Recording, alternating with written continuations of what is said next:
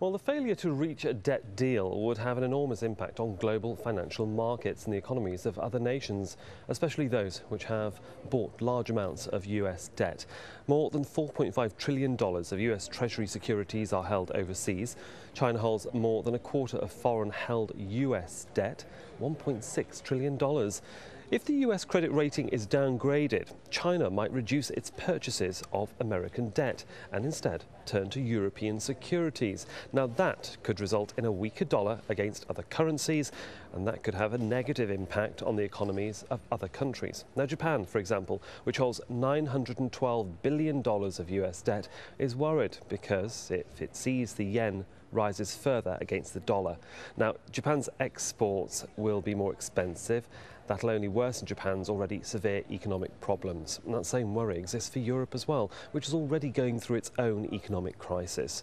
A strengthened euro against the dollar will have a negative impact on European trade, making it harder for Europe to sort out its own crisis.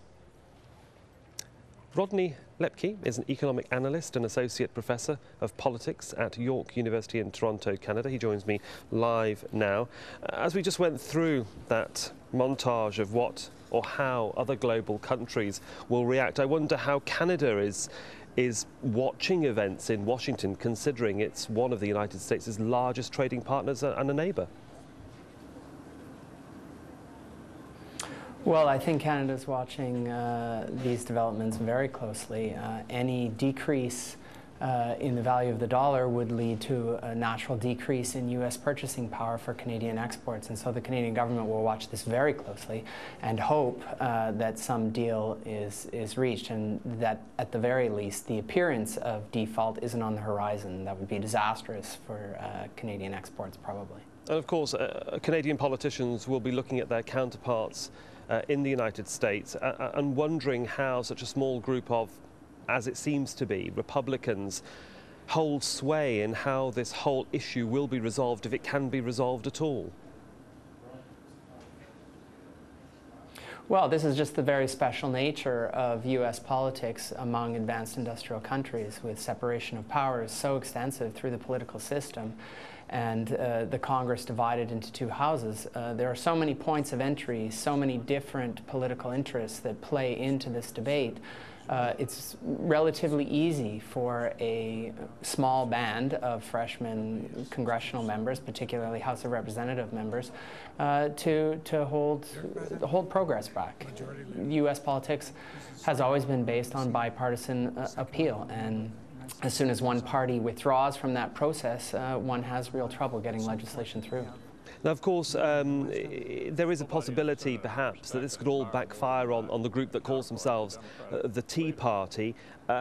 If this does proceed to end in default for the United States, how do you think the American public at large is going to react to the Tea Party group and to both Democrats and Republicans at large?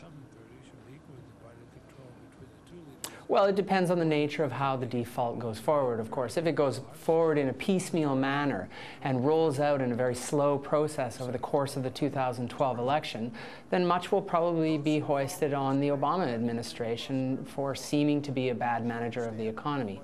On the other hand, if there's more of a stark blow in which the markets react very swiftly to something that may not be a full default but takes the appearance of a default, it's very likely that Republicans in the House of Representatives, in particular, will feel the blow of that in the coming election. Indeed, and the debate will continue later on Sunday. For the moment, Rodney Loeppky there in Toronto. Thank you.